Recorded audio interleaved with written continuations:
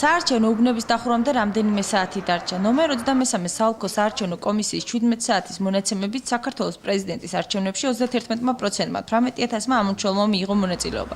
შეგახსენებთ, რომ ბოლოში 57,000 ამომრჩეველი და 62 საარჩევნო უბანია.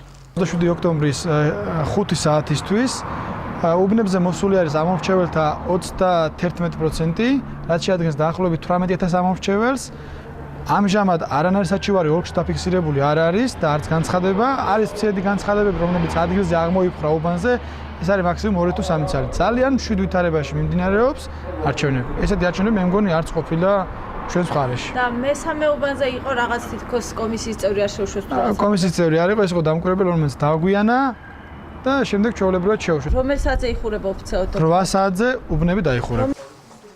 საარჩევნო უბნები 20 საათზე ოფიციალურად დაიხურება. ამ დროისათვის არჩევნები მშვიდ გარემოში მიმდინარეობს. რაიმე მნიშვნელოვანი დარღვევა არ დაფიქსირებულა.